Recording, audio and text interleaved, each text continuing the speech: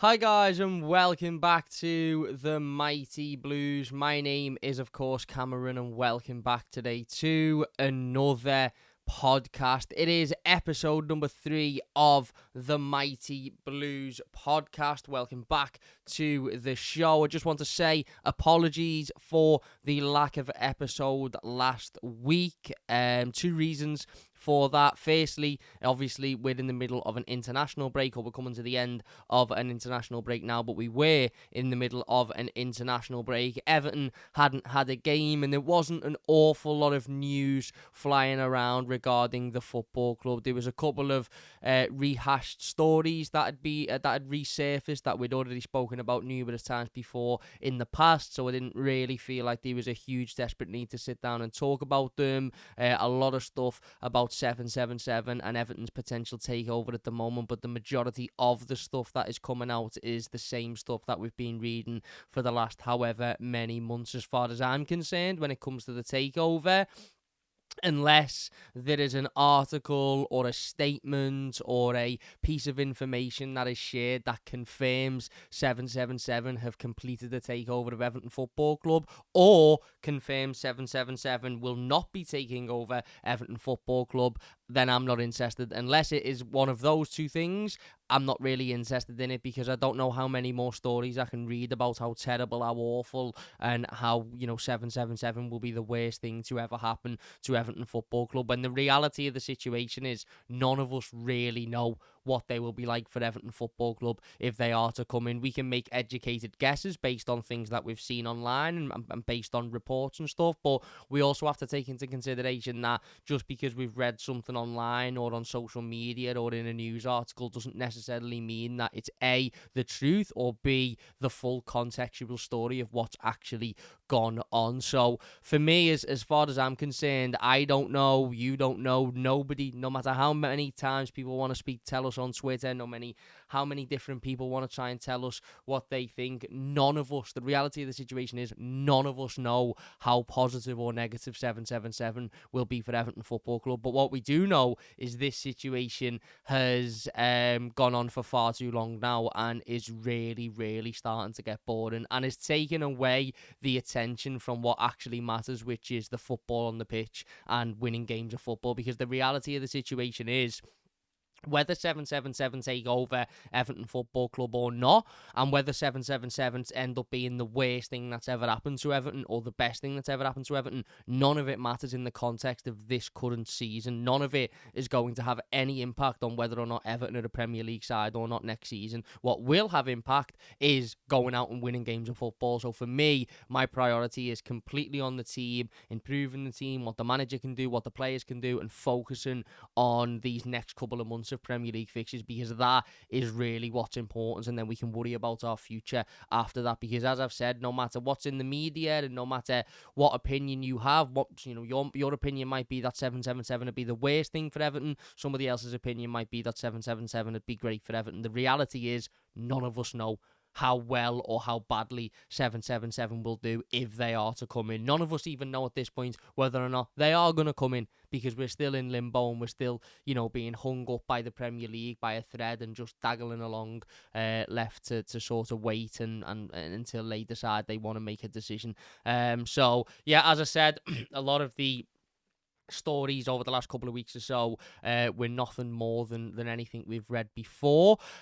Also, because I had a week off work, and I just wanted to take that week to really sort of, relax and enjoy myself and enjoy not having to get up at, the crack of dawn to drive to work, and enjoy being able to, chill and play the PlayStation and watch the telly and spend time with, the missus and the baby and various other different things that I wanted to do on my week off work. And I decided to take a little bit of a week off this as well. But we are back. Football is back. Everton are back, which is something that I'm sure a lot of us are absolutely ecstatic about. As you can see, I am jumping out of my seat at the thought of watching Everton Football Club again this weekend. No, being serious, obviously, the worry comes back now, the anxiety comes back, the stress, and everything else that comes with being an Evertonian. But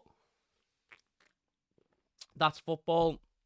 It's nothing we haven't known already, and it's certainly nothing we haven't felt, for the last 2 or 3 years or so supporting this football club. Huge game at the weekend against Bournemouth.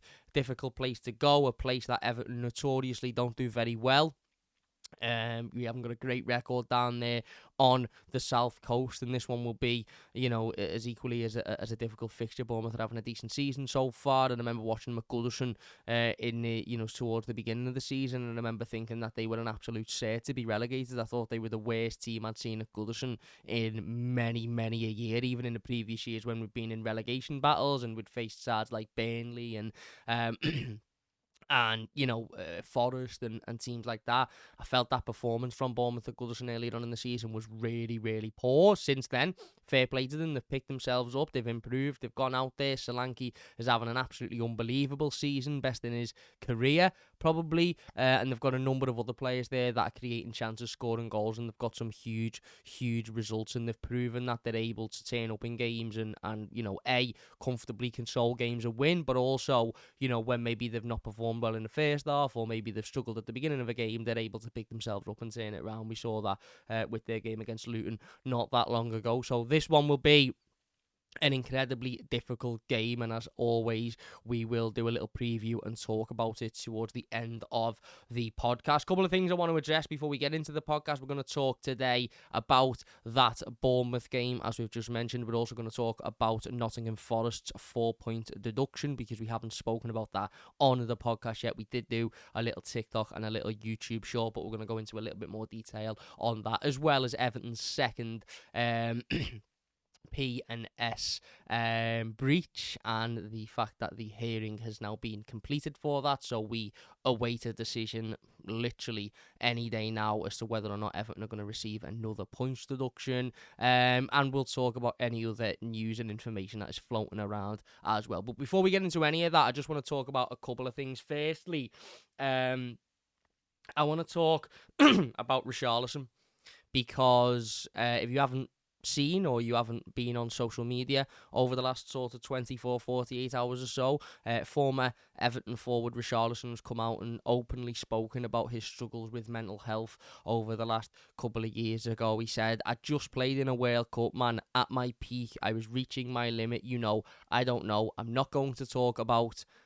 I'm not going to say that phrase, but if you've seen the quote, you know what it is. But I was in depression there, and I wanted to give up. Now, that is Richarlison talking about how he felt and how he was struggling mentally at a point in his career where most people would probably assume he was at the best stage of his life. He just played in a World Cup. He was wearing the number 9 shirt for Brazil, following in the footsteps of legends like Ronaldo, who, a lot of people see as one of the best to ever play the game, if not the best in some people's opinions. This is absolute proof that no matter what somebody is doing and where somebody is in their life and what somebody is doing for their career, and even at times when you would assume that somebody is at the absolute peak of their happiness because of where they are, it doesn't necessarily mean that they are.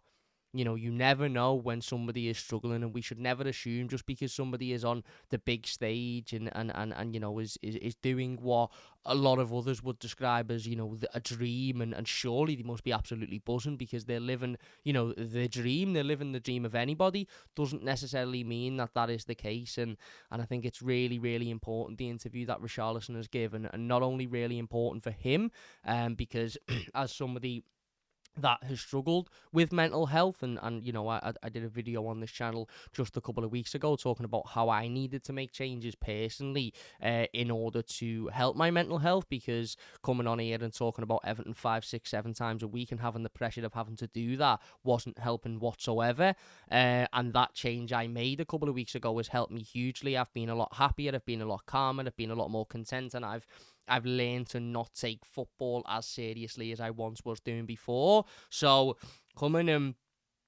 and talking and reaching out helped me learn that I wasn't alone in how I was feeling, but thanks to the unbelievable amount and overwhelming amount of support and unbelievably fantastic comments I received from that. I was able to learn from those comments. I was able to read a lot of them, take in what people were saying, and adapt it into my own life. And anybody that has suffered with mental health issues over the past will tell you that the hardest thing to do, the two hardest things to do for anybody suffering with mental health is A, be able to admit that you're suffering with mental health and be able to admit within yourself that you're struggling and that you need help, but also B, to come out openly and speak about it. And that is, by the way, just speaking about it in any sense, speaking about it to a family member, speaking about it to a friend. Obviously, what Richarlison's done here is fantastic. He sat down with ESPN, a major corporation, and spoke about it. You know, on the television for everybody to be able to see, and the reason he's done that is because he wants to help others out, which just shows you exactly the character that he is, and an unbelievable human being. But even just coming out and talking to one person is extremely difficult. But what it does is it helps. It's the most difficult thing you can do, but it's the best thing you can do, because the moment you talk, the moment you allow yourself to receive help, the moment you allow yourself and you allow people in to be able to help you and to be able to give you advice and to be able to point you in certain directions and to be able to sort of make sure that you're okay and that you're doing better. And I just wanted to send all of our love and support to Richarlison, because I'm sure, even though he speaks now about, seeking help and being in a better position now than what he was back then, he's obviously speaking about his past in this interview. He's not talking about right now. He's talking about how he felt in previous months and years. And I think he does go on in the interview and talk about how he feels he's in a better place now, and now he's ready to come out and open up and speak about it. Just him doing that interview will have helped and potentially saved lives, for people. I think it's really, really important to understand that. I mean, me coming out and doing a video on here, I was able to help, myself. Who knows whether I helped anybody else to come out and speak as well, but I was definitely able to help myself and get that sort of guidance and support and relief. It was a relief for me. I always felt like if I was to cut down the content, people would just stop watching me and they wouldn't care and they wouldn't be interested, and they'd just say, oh, well, I'm not bothered anymore. But all of those comments saying, don't worry, Cam, we'll still be here, we'll still be watching, we still love you, we still want to support you, it really made me think, right, okay, I'm not going to lose my world if I make this change here. So the risk isn't as greater. The risk reward factor completely changes. And whereas obviously Richarlison has got a much bigger audience than me and a much wider audience than me, and it's quite possible that he could have saved lives with this interview. And what is probable and almost certain is he will have definitely helped at least one person with this. He will have definitely helped at least one person come out and open up and speak about their struggles and therefore get help, which ultimately is the main focus here. So huge thank you to Richarlison for coming out and speaking so openly about these topics, which are still not massively spoken about in the media, and a big sort of show of support and gratitude for Richarlison, and I'm sure he knows that me and every single one of us and every single Evertonian will always be here for that man, because as I said on Twitter earlier today, Richarlison for me is the definition of an Everton player. And unfortunately, and I'm not saying this just to dig players out, I'm not saying this just to have a go, I'm not saying this just to prove a point or to be negative, but there's not really anybody in that squad at the moment that I connect with on the level that I connected with Richarlison. And I'm sure a lot of people will feel that as well, because Richie was exactly what we want from an Everton player. Even though he wasn't a local born lad, even though he didn't grow up in, L4 or on County Road, and he wasn't a boyhood Evertonian, he still, every single time he put that shirt on, he played like he was a boyhood Evertonian. He represented us as fans. And, we've spoken about so many players over the years of doing this channel that haven't represented us as fans and have gone out there and put the shirt on and just treated it like a job, which is, I don't necessarily blame players for, because it is a job to them, and they can't be emotionally connected and in love with every single football club they play for. Some players play for 7, 8, 9 football clubs. It's impossible for them to have that same connection with every football club, but Richarlison did. And Richarlison always felt like one of us, and not only was he quality, and not only did he come up in big moments and in big games and provide us with some big goals, but he also would run through brick walls for this football club. If anybody ever heard his interview after the Crystal Palace game, you'll hear him talking about how he should never have played in that game. He could barely run, he could barely walk, but he made sure he was able to play in that game. through whatever measure he had to take, he made sure he was able to play in that game because he needed to be there to ensure Everton stayed in the Premier League. And that's why after Dominic Calvert-Lewin's goal, you see him run and fall over, because he said himself he physically couldn't have gone any further. He physically couldn't have ran any further because of the pain that he was in, but he still wanted to play for this football club, and that is exactly what we want from Everton players. So yeah. Huge thank you to Richarlison for coming out and doing this, and obviously sending all of our love and support his way. I just wanted to talk about that because I think it's an important thing to speak about, and I'm sure if you've watched this channel for a while, you will know I'm a big fan of Richarlison, and you will know he's somebody that I often talk about on this channel as being the type of player I want at my football club. And it's mad, the Richarlison thing, because I always say, and I always have said, that when players leave Everton, I very much adopt a mindset of sort of being like, right, well, you've gone now, so I'm not really going to focus any time on you. I'm not really going to focus any energy on you. I'm not really interested in how well you're doing or how poorly you're doing. You've left the football club now, so I'm going to focus on our football club. Good luck to you. And and yeah, whereas with Richarlison, I can't help myself but wish he does well. I can't help myself but wish he performs well, and he's picked for his country, and he's scoring goals, as long as it's not against Everton, which ironically it was against Everton this year. But yeah, he's somebody that I really, really wish we see again in an Everton shirt, and I'm not sure there's many, if any, other players I'd say that about over the last sort of 5-10 years that I've left Everton Football Club. I'll be perfectly honest with you. Anyway, let's move on then.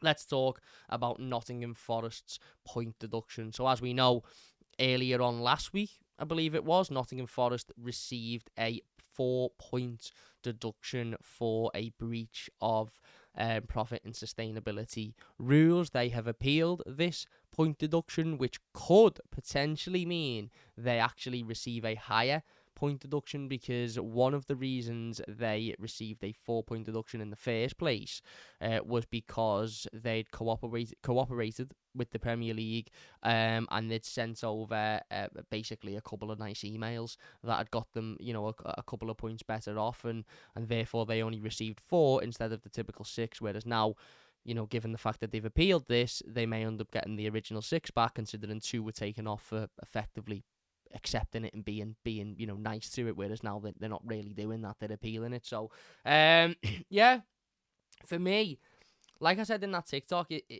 I just I don't understand it, and I feel really, really uncomfortable having a system in place which results in teams getting points taken off them, which results in managers and players effectively having their hard-earned work ripped from underneath them through no fault of their own, fans being thrown into turmoil, when originally believing that, their club may be okay, all for a system that doesn't make any sense and doesn't bring any consistency. Now, one thing that really, really wound me up with the Forest point deduction is, firstly, Everton were given a 10-point deduction, let's not forget.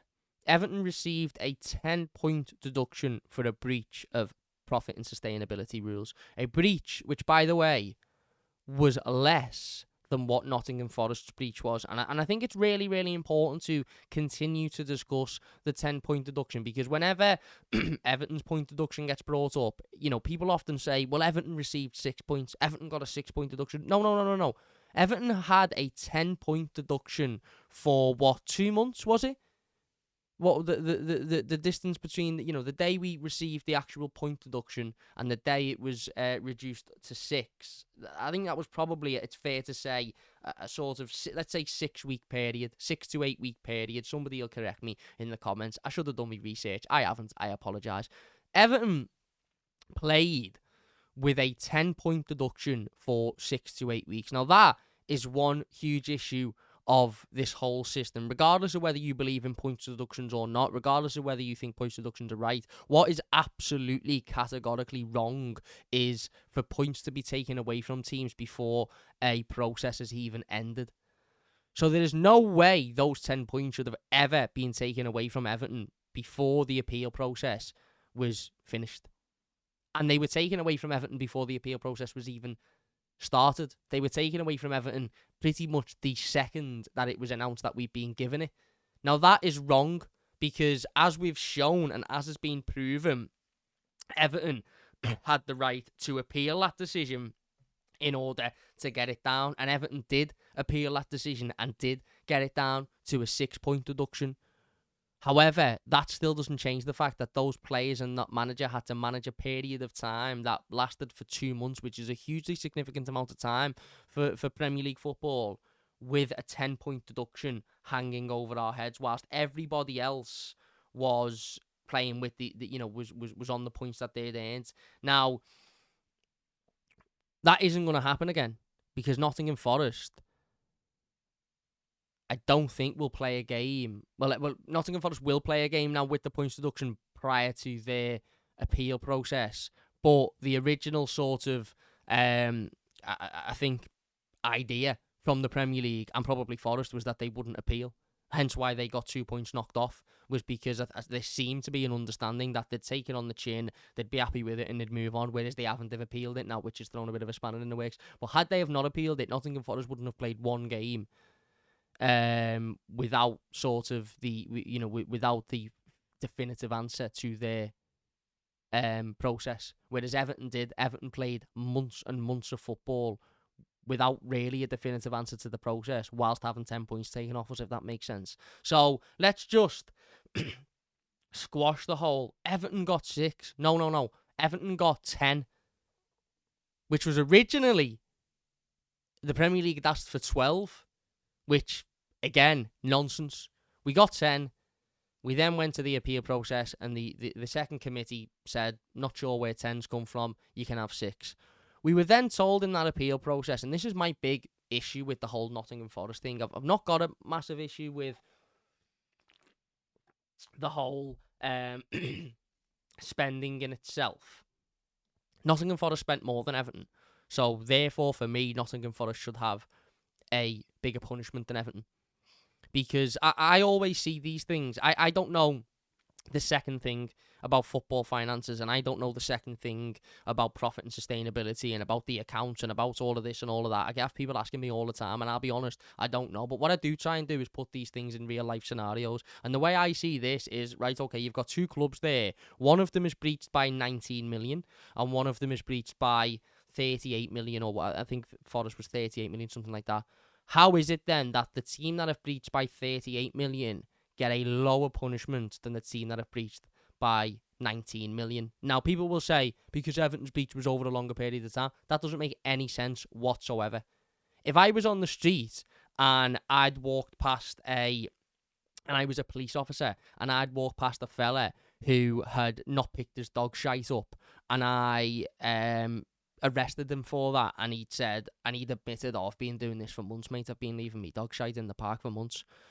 And then I walked past a fella who'd taken somebody's life, I wouldn't give the dog shit fella a longer sentence because his crime had gone on for longer than the fella who'd, taken somebody's life, because that is obviously a greater crime. Well, not a greater crime, that makes it sound awful. That's obviously a much more serious crime. By greater, I meant bigger. A much more serious crime than the dog shit one. And I look at this the same. If Forest have breached by 38 odd million and Everton have breached by 19, surely the minimum is both of those teams get the same punishment. And that was what we were told. We were told, by the way, when Everton's point deduction was taken from 10 to 6, we read in the documents that the reason it was 6 was because they believed, the committee believed, that 6 was the minimum fair punishment for a team that breaches P&S. And then you've got another committee who are put in front of a team that have breached P&S in the same way that Everton have done, regardless of the nitty-gritty details about how long they'd been in the Premier League and why they'd breached and how many players they'd signed. Fact of the matter is, they'd breached P&S by more than what Everton had. And they received a smaller punishment than what Everton did. Now that, for me, just does not make any sense in any world. I don't understand it. And I was told by a numerous amount of people that were seemingly taking the side of the Premier League in this, that, well, Everton had to be given a 6-point deduction because 6 is the minimum, 6 is the minimum, 6 is the minimum. And then when the Forest thing come out, those same people were telling me, it doesn't, different situation, so it doesn't count, completely different situation. No. We were told in that appeal committee, 6 is the minimum punishment for a breach of PSNR. So, why are Forest getting 4? Regardless of whether it's a different situation, if 6 is the minimum punishment, why are Forest getting 4? Surely, every team that breaches then should get 6. And then any additional punishment is about how much they've breached by. But that's not the case, is it? And if I was Everton, I'll be honest, if I was Everton, I'd have gone into that second hearing this week, which is now concluded. And I'd have said, listen, we ain't accepting any point deduction because we've already had one, which is greater than them, and their spending was more than us. And now we're potentially going to get another one for the same period, or certainly 2 of the 3 years for the same period. It doesn't make any sense whatsoever. And for me, I think Everton will be given another point deduction for the second breach. And I think the whole nonsense of, well, you breached, so you deserve it, is bollocks. It's absolutely bollocks. Because the fact of the matter is the reason Everton have breached is because 2 of the 3 years that are in this current cycle that the second breach is under, we've already been punished for. Now people will go, yeah, but we still failed the third year. Yeah, but for me, the logical thing would be, as long as Everton have showed progress in that third year, taking their wages down, taking their spending down, made some conscious decisions to cut down that spending to try and fall within the regulation, I don't think we should receive another point deduction. Because physically, it would have been impossible for us to have fixed the other 2 years because we've already been punished for that. And what did they want us to do in the third year? Just sell every one of our players so that we stayed above the line. But then we'd have had no players to play with, and then we'd have got another point deduction for not being able to field the squad. So what were we supposed to do in that third year? Or were we always going to get punished for it? And if that's the case, then it's nonsense, isn't it? And this all goes back to my original point as to why are we now seeing punishments for breaches of profit and sustainability? Now, I ask a genuine question because I don't know the answer to this, but somebody in the comments may know the answer to it or may be able to get the answer to it. I ask a genuine question. Are Everton, or were Everton, the first team in that 10-year period to have breached profit and sustainability? Now, another thing I keep reading is Everton didn't go over by 19 million. They went over by 300 and odd million because 2 gobshites on TalkSport have come out and said that. One of them being a presenter that doesn't really know what he's talking about, and the other one being a financial expert, despite the fact he was sacked by Manchester City, who are now under investigation for financial reasons. So that's how much of an expert he was. He's been bounced by his own football club, and now they're being investigated for not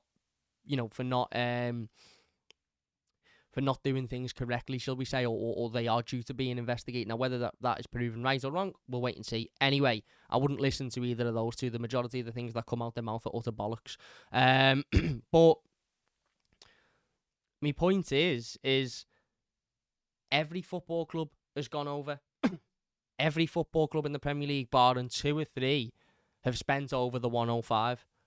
And they've managed to get it down because of whatever mitigating circumstances they've used. Exactly like Everton did. Everton did go over by hundreds of million, got it down through mitigating circumstances. This idea that Everton overspent by 300 million, but Man United didn't go over 105, or Chelsea didn't go over 105, or City or Liverpool didn't. Bollocks. Absolute bollocks. The majority of the Premier League clubs did, and they were able to knock it down through whatever means that they give. Everton weren't able to do that, so therefore there was a 19 million overspend that the Premier League wouldn't allow us to account for, because they wouldn't take into consideration the Russian-Ukrainian war, which lost Everton millions and millions of pounds in sponsorships, and they wouldn't take into consideration a couple of other things that Everton put forward, things like player X, who we all know is, etc, etc, etc. So firstly, that's a nonsense. If anybody ever tells you you're overspent by 300 million, then go and give them the facts about how much Manchester United, Manchester City, Liverpool overspent by, Chelsea overspent by. It's nonsense. But my formative point is, I refuse, until given the evidence, to believe that Everton's breach is the first time in a decade that any Premier League football club has breached. I just don't believe it, because I've seen Liverpool spend 75 million quid on a centre back, 70 million quid on a goalkeeper. Now, yes, okay, they might have brought hundreds of millions in from players and from sponsorships. I've seen Liverpool spend hundreds of millions of quid on players. I've seen Manchester City spend hundreds of millions of pounds on players. I've seen Manchester United spend $1 billion on players in the last 10 years. And I'm meant to believe that Everton are the first club to have overspent that cap of 105 over 3 years. Or are Everton just the first club to have breached it during a period where the Premier League are under scrutiny and under a threat of an independent regulator, and are trying to prove that they are able to run themselves? Because that's all this is, isn't it? Let's be honest, that's all. This isn't to do with right and wrong. This isn't to do with, well, you've broken the rules, so you're going to be punished for it. This is to do with, shit, we're being threatened by a regulator which will take power away from us, so we've got to be seen to be doing something that shows we're able to stamp our foot and show our authority. Right, okay, let's go and punish Everton and give them a points deduction. Let's punish Nottingham Forest and give them a points deduction. Let's leave Manchester City's case and make up some nonsense excuse about how difficult it is to do and how difficult it is to prove, so it's going to come in the future. Let's say to Chelsea, oh, we won't worry about yours because yours was under different ownership. Come on. Does Richard Masters seriously think we were all born yesterday? I'm not saying, by the way, Everton haven't broken the rule and Everton shouldn't be punished. I'm not saying that Everton are perfect in this. If you've watched this channel for the last couple of years, you will have seen, specifically last season, go and watch any of my videos throughout the course of last season, and you will see me absolutely ridicule and go in at Everton's board and the way Everton has been ran for the last however many years. You will see me time after time talk about Farhad Moshiri, Bill Kenwright, Denise Barrett-Baxendale, etc, etc, etc. So I'm not saying Everton are innocent, and I'm not sitting here saying Everton shouldn't be punished or Everton haven't broken any rule. What I'm saying is I refuse to believe Everton are the first club to have broken that rule in the 10 years that it has been in play. And I also refuse to believe that the excuse of Manchester City's is a more difficult situation is bollocks, absolute bollocks. Because a lot of Manchester City's charges, I believe, are to do with non-cooperation or not returning emails at the time that they're supposed to return them, or various different things. I think there's a couple of PSR charges that could have quite comfortably been dealt with or looked at during this sort of year period in which they've looked at Everton's, clearly. So yeah, for me,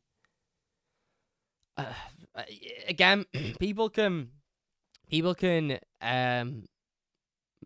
find me all the different legal jargon and legal nonsense that people are saying, and you can find your loopholes, and you can tell me that, well, the toaster at Goodison Park is 850 watts, whereas the toaster at the City Ground is only 800 watts, so therefore that's another 2 points for Everton. And all of these people on social media that seemingly want to back the Premier League and want to back the process and all of this nonsense, you're all talking complete and utter bollocks. The reality of the situation is, over the last, let's say over the last 12 months, forget 3 years, forget 105, over the last 12 months, Everton have sold, or 24 months, shall we say, Everton have sold Anthony Gordon, sold Richarlison, sold a number of academy prospects like Cannon and Sims. Damari Gray's gone. We've lost Iwobi.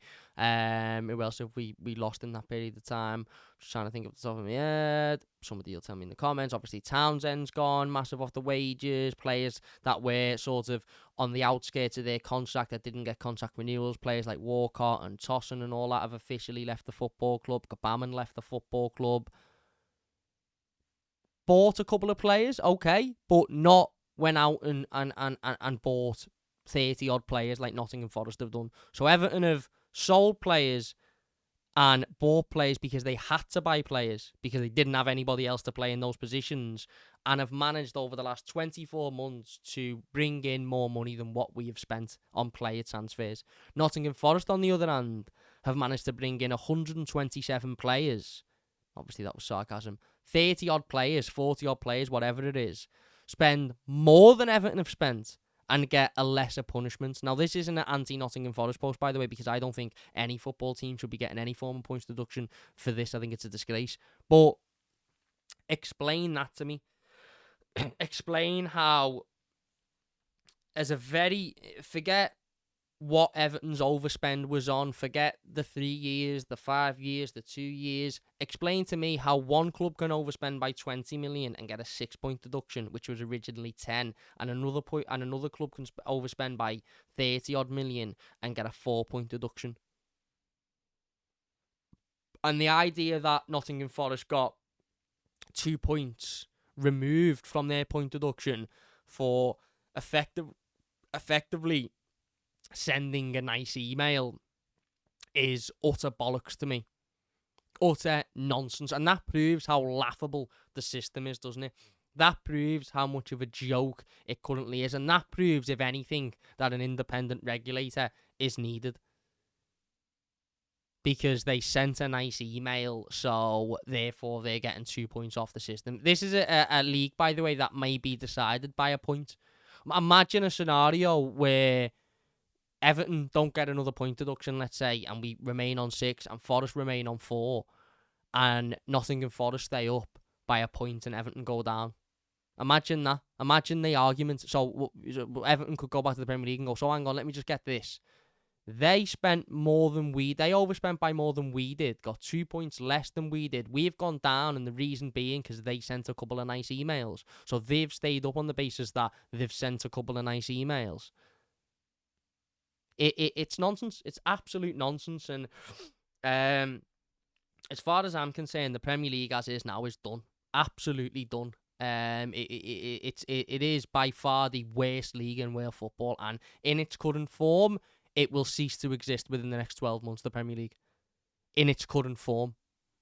And I'm not saying it'll be changed or anything else. It will probably still be called the Premier League, but I guarantee you now, Richard Masters won't be in a job. An independent regulator will be in, so none of this nonsense will be happening, and the financial rules will change drastically.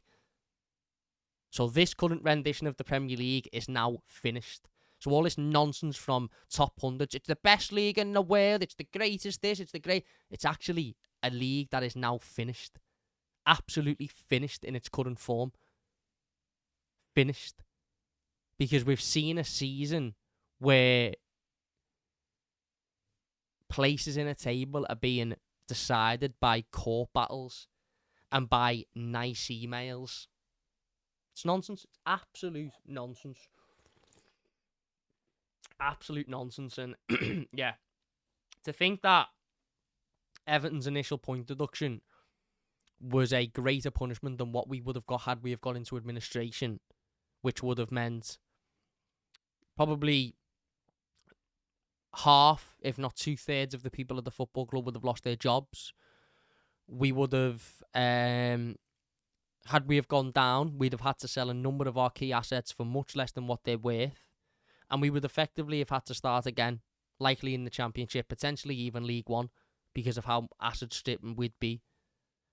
To think that that holds less of a punishment than a £19 million overspend, but Nottingham Forest's £30 million overspend is less of a punishment than our £19 million overspend is nonsense. It's absolute nonsense, and that's why I had to take myself away from it. You know, I couldn't do videos talking about this every day because I'd lose my mind. I'd absolutely lose my mind because it doesn't make sense, and nobody can make sense of it.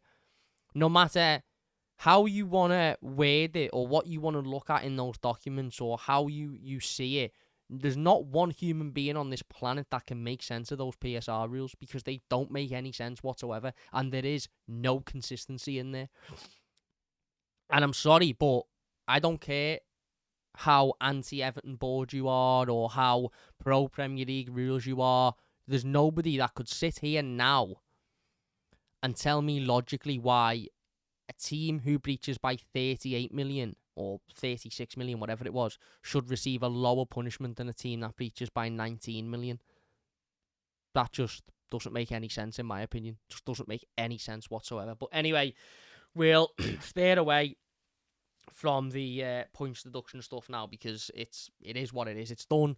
And we can't do anything about it except wait and probably see, Everton probably get another 15-point deduction, let's be honest, won't we? And that that's why I don't worry too much about it anymore, and that's why I'm not really interested in talking about Everton's second charge, because I wouldn't be surprised if Everton got another 10-point deduction. Because they'll make something up, as I've just said. They'll make a nonsense excuse up about why Everton should be given it. I wouldn't be surprised if Everton didn't get a single point deduction because of everything that's gone on in the last couple of months. So there's no point in guessing. We've just got to wait and see what happens and wait and see what the outcome is, and then we can react to the outcome rather than react to what we may think the outcome will be. And I'm very similar with the 7-7 stuff. I'm not particularly interested in going down a rabbit hole and getting myself anxious and letting my mind run away with how bad things could go under 7-7-7, when actually there's as much evidence as to suggest things would go unbelievably well than there is to suggest things would go unbelievably bad. Because yes, there's lots of news out there and there's lots of reports out there and there's lots of bits of media out there to suggest that 7-7-7 maybe aren't great and maybe aren't ideal and maybe aren't the people you want at the football club. But absolutely none of those reports relate to how they've managed Everton, because they haven't yet come into Everton. So we don't know how it's going to go. We're just guessing. Now, okay, they may be educated guesses, but I'm sure there's been numerous cases of people that have failed in various different businesses, gone into a new business, stumbled across a plan, and it's worked. You always see lots of businessmen coming out and talking about how they'd had 6 or 7 businesses before this one that blew up and made them a billionaire. We don't know. We just don't know. And that's not me being on their side, by the way. That's just me being on the side of I can't be arsed worrying about what may or may not happen when we actually don't know what's going to happen. Let's just wait and see what happens. What I will tell you is I'm bored with the process. I would rather... I would rather 7-7-7 take over today than us wait for another 2 months and then them end up taking over in 2 months' time. Because the purgatory that we're currently in, the sort of hanging about, it just feels like at the moment as a football club and as a fan base on and off the pitch, we're just in a state of existing. We're not really, we're just there, we're just floating about, as I said, in a seeming never-ending purgatory, where we're just floating around, not knowing our arse from our elbow, not knowing where we'll be in the next 12, 18 months. And I can't do it anymore. I'd rather 7-7-7 come in and at least we know, right, okay, these are here for the future. Let's see whether or not they're going to be good or bad. And then if they're bad, we can start the same process that we did with the previous board of trying to get them out and replace them. If they're good, then we can all be happy and hopefully Everton will be a success. But this whole just bobbing around, do you know what it feels like? It feels to me like Everton Football Club and us as Evertonians have been in a queue. We've been in a queue for the last, 6 months that this process has been going on. And I'm at that point now where I feel like I'm in a queue to get a flu jab at the doctors. And I'm at that point now where I'm thinking, I don't want this needle, but I've been in this queue for that fucking long. Just get me through, get me done it, and get me home, and let's just see what happens. Let's see if I've got a sore arm or if I feel sick afterwards. But I'm not worried as much now about that because I've been stood here waiting for that long. That's what it feels like. Anyway, let's move on to some other topics. As I said, there's been little bits of news about 777. Chris Beasley, the Echo, saying 777's takeover of Everton is set to drag into its 8th month. Sources close to 777 are optimistic it will go through, but they do not expect a decision to be made before Everton's second hearing. That was last week. Business reported that Bloomberg Business reported that 777 have been conditionally approved by the Premier League. According to people familiar with the situation, the conditional approval doesn't mean that it is guaranteed approval. Giosima, who have been very anti-777 over this last 8 months, reported that a rival US-based bidder remains waiting in the wings should 777 be unable to complete a deal to take over Everton. And Everton owner Farhad Moshiri is believed to have received interest from other parties who are interested in buying Everton, according to Paul Joyce. Again, something that is being confused, I think, slightly for positive news. That statement by Giosima isn't necessarily a positive statement. A rival US-based bidder remains waiting in the wings should 777 partners be unable to complete a deal to take over Everton. I'm not completely comfortable with that, to be perfectly honest with you, because if 777 do fail to take over Everton, there is a chance, a very possible chance, that administration is the next move for Everton. Now, that statement of a rival bidder is waiting in the wings if 7-7 fail to take over at Everton says to me that they're waiting to pick up Everton on the cheap and that their aims may not necessarily be in the right place. What you absolutely cannot deny about 777 is their commitment to the football club. We can talk all we like about, reports we've seen and about how terrible they may be and how terrible they've been for other clubs, etc., even though a lot of those reports are missing huge amounts of context. We can talk all we like about that. The reality is 777 have put an awful lot of money, hundreds of millions of pounds, into Everton Football Club to keep the club afloat over the course of the last year or so, something that the owner himself has not done. 777 effectively have kept Everton alive for the last year or so. Certainly have contributed to Everton being able to continue to run as a business on a day-to-day basis. They've also attended more matches in the last year than I think Farhad Moshiri has done in the 7 years he's been here. So one thing you absolutely cannot say is that 777 aren't committed to this happening. A rival bidder waiting in the wings to snatch Everton as sort of the only other option to administration doesn't sit right with me. And as far as I'm concerned, if there's a rival bidder wanting to buy Everton, then make yourself known now. Put your head above the water and say, it's me, I've got all this money, I want this football club, I want to do right for this football club. I'm just not hugely comfortable with that. I'm not hugely comfortable with it, but anyway. Let's move on then. Let's talk about the game against Bournemouth. I do just want to say before we do talk about the Bournemouth game, we were meant to have a guest on today's episode, so if you're sitting there thinking, Cam, have you jibbed the guests already? No, absolutely loved having Cornet on last week. We're going to get Cornet on again in the next couple of weeks. We're going to get Jebbo on. We were meant to have Jebbo on today. Unfortunately, something has popped up and he couldn't do it. No problems whatsoever. We'll have a chat again next week. But yeah, that's the reason why I'm sat here on my own, unfortunately. But yeah, nobody's fault. Just one of them things is what it is. It happens. Yeah, let's talk about the game then. Bournemouth away, difficult again. Like I said before at the start of the podcast, Everton haven't got a very good record against Bournemouth. That is the truth, the fact of the matter.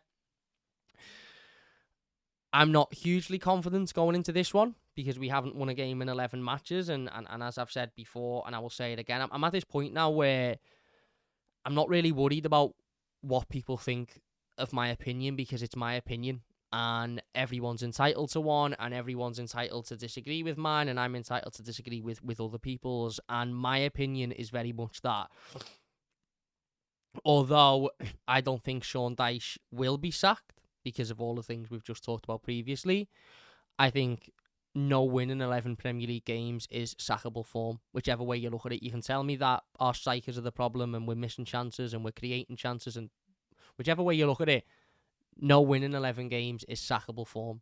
Frank Lampard didn't go no win in 11 games.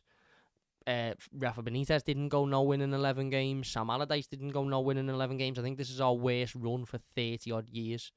So the manager is getting an awful lot of leeway from the fan base, in my opinion, because of the situation that we're in. And fair, he's got a very difficult situation to deal with, much more of a difficult situation than any of those previous managers had. I accept that, and he's got a much weaker squad than any of those previous managers had. I accept that as well, but that doesn't mean we should sit here and accept no win in 11 games. So every game now is huge. Bournemouth's at 13th in the Premier League, 35 points. Everton obviously on 25 points, 10 points behind, subject to potentially another point deduction given the appeal. But again, I just want to say the reason Everton are in the situation that they are, just 4 points clear of the relegation zone, is partly to do with point deductions. Of course it is, but it is also partly to do with the fact that we haven't won in 11 games and that our form at the moment is absolutely terrible, the worst in the Premier League in terms of sort of win-loss.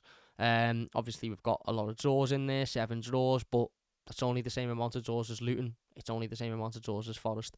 It's less draws than Bournemouth and Crystal Palace. So this will be difficult. This will be extremely difficult. Bournemouth are at a good side.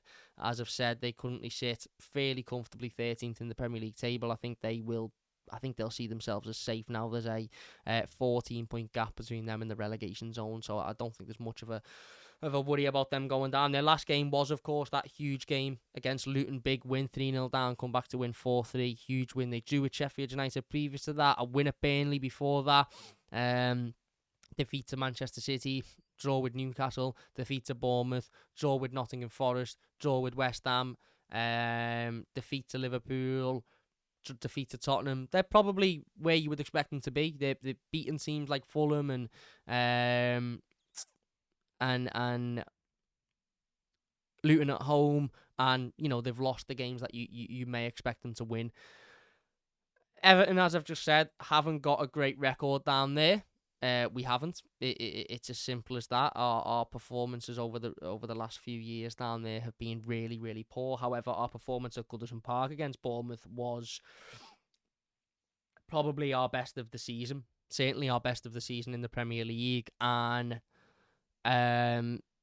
we shown that we were able to get at this Bournemouth team and, put them to the sword effectively. One of the only times that we've put in a team to the sword this season. This will obviously be a much more difficult game, A, because it's away from home, and B, because we're much later down, into the season, and the sort of the landscape of the Premier League is a lot more. It's written now as opposed to, in October, I think it was, when we played them at Goodison, when things were only just getting started. I'm not particularly confident going into this one because, as I've said, I think our form at the moment is absolutely horrific. However, it has to be said, away from home this season, we've been much, much better than we have at home. And that means that confidence-wise, I think we should have confidence going into this one. I'm not particularly confident as a fan, but I think the players and the manager need to be confident because they've had 3 weeks. They will have had 3 weeks off, which is a hugely significant amount of time at this stage of the season, because that allowed Sean Dyche to be able to take the players away to Portugal, and hopefully it's allowed Sean Dyche to be able to go away and try something different, because that is absolutely what is needed. What I don't want to see on Saturday is Jack Addison on one side, Dwight McNeil on the other side, Doucouré behind Dominic Calvert-Lewin or behind Beto, because it does not work. It does not work. I want to see something different, whether that's a 3 at the back with your wing backs and the 2 up front, whether that's a 4-4-2, whatever it is, I want to see something different. Now, we might not necessarily see something different because we're away from home and our performances away from home have generally been quite solid. However, we have had the odd game against your Wolves and against your Villa where we've been absolutely horrendous, and there's every chance this one could go in that way as well. So the manager needs to be careful, because if he puts the same team out that we've seen time and time again, and that has, let us down time and time again, and we lose in a similar fashion to we did against Wolves and Villa, I don't think there'll be a very positive reaction from the fan base. Whereas if he changes it, then we can at least sit here and say, he's had a go, he's changed it, he's done something different. That is what the manager needs to do. The manager needs to do something different, because we can't sit here on this excuse of, well, we create loads of chances, so it's our strikers' fault we don't score. At the end of the day, the manager's responsibility is to get Everton winning games of football. If Everton play a style that creates 100 chances a game, but we don't take any of them, we're not winning games of football, and therefore that falls on the manager. Yes, it falls on the players as well. I'm not saying it's solely the manager's fault, but the manager can't say, well, we create loads of chances, so I'm just going to put my hands in the air and hope that one day it clicks for us. He can't do that. If it's not working, it needs changing, and it's not working, so it needs changing. It will definitely be interesting to see how he lines up. This is a huge, huge game for me. If Everton win this one, then it almost makes that game against Newcastle a little bit of a free hit. And then we've got a game against Burnley at Goodison, where if we win it, 6 points in the last sort of 9, on the hope that Luton don't win any of their next 3, it puts us in a very, very, very good position. Obviously, we've got that potential second point deduction to come, but it puts us in a really, really comfortable position. On the contrary to that, if Everton lose this game and then lose to Newcastle away, which will be a difficult game, the Burnley game then becomes, it's just absolutely incomprehensibly big. It becomes massive. And if the manager loses that and loses 3 on the bounce, including 1 to Burnley at home, I'm not sure there's many fans that could tell me that he doesn't deserve to be sacked. I'm not saying he would be sacked, but there's not many people that could convince me a manager that loses 40, well, doesn't win in 14 and loses to a relegation rival at home in April, doesn't deserve the sack. But let's look positively at this. We win this game on Saturday. As I said, Newcastle almost does become a free hit, and I'm not saying that we're guaranteed to lose against Newcastle, because they've been shaky this season, and as I've just said, we've been much better away from home. But we win this one, then we go into that Burnley game thinking, right, if we win this today, we're in a much, much, much more comfortable situation, and there's, the likelihood of us staying up is much, much greater. So this is a huge game. It is a huge game, and hopefully Everton can turn up there. 3 weeks rest. Everybody's had a break as opposed to the couple of players that have been out on international duty. And we've got to find a way. We've ultimately got to find a way. It'll be difficult. As I said before, they've got players like Dominic Solanke, who's been absolutely fantastic this season. Sinisterra, who obviously is a tricky winger. We know the likes of Justin Kluivert, Tyler Adams, players like that. Solid players that have performed this season and that have done well. And Bournemouth are more than capable of picking up a big win at home against a team in poor form, as they've shown numerous times this season. And they're more than capable of picking themselves up during a game and coming back to win it, as they've shown against Luton. So it won't be an easy game. However, if there's one bit of credit I could give Sean Dyche, is that he knows how to set this team up away from home to go and get results, but it's a huge risk for him, because if he sets up the way he set up, for the majority of the season, and we lose, then it's another game gone by that we'd have lost with the same setup. So for me, he's got to change something, and realistically, Everton have got to come away from this game with a win. If we get a point, won't be the worst thing in the world. Of course, losing would be, again, for me, disasters, because every loss at this stage is disasters. But hopefully we can go out and put a performance in, and hopefully in those 3 weeks that have gone by, with the trip to Portugal and with the 2 weeks that followed, hopefully the manager has tried something different and put some new things in place to better our chances of going out and winning this game, because we absolutely could do with winning it, because a win would be absolutely huge for us. It could put us up to 28 points, which would be 15th above Brentford. Brentford this weekend have got Manchester United at 8 o'clock on Saturday, which will be an extremely difficult game for them. Luton have got Tottenham away at 3 o'clock tomorrow as well. Again, another massively difficult game for them. Forest have got Palace at home. So, Forest quite comfortably could win that game, and that would put them on 24 points, which obviously would be a point behind Everton. So if Everton win, it would be massive, absolutely massive. And hopefully we can do that, because as I said, regardless of what you think on Dyche, regardless of whether you love him or don't love him, the reality is, no win in 11 games is ultimately not good enough, and it needs changing. And let's hope we can change it at the weekend. There you go. We're going to leave it there. If you have enjoyed this episode, please do leave a like. We will be back next week with another podcast episode with a guest on, of course, and I'm sure there'll be more content around that game against Bournemouth on Saturday as well, so look out for that. But big thank you all for watching and listening. If you have enjoyed it, please do subscribe. As always, if you are new to the channel, don't forget to hit that like button. Follow us over on Twitter as well. That would mean a huge amount to me. Until next time, big thank you all for watching, and we'll see you later.